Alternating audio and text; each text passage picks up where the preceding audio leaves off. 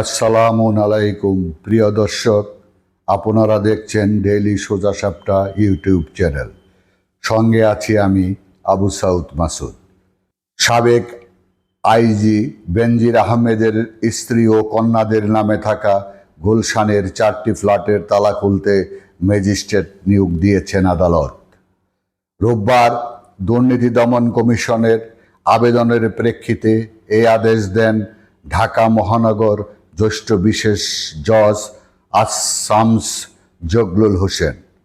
এর আগে গত 6 জুন গুলশানের র্যানকম আইকন টাওয়ারে বেনজিরের 4টি ফ্ল্যাট সহ সম্পত্তি তত্ত্বাবধায়ক নিয়োগ দেন আদালত।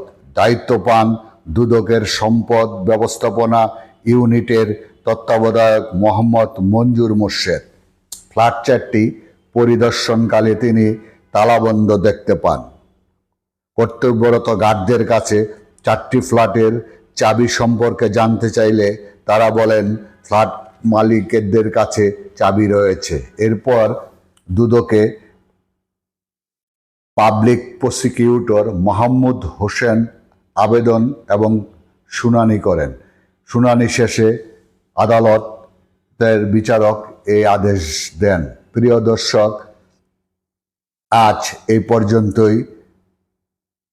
সবাই ভালো থাকবেন, বাংলাদেশকে ভালোবাসবেন।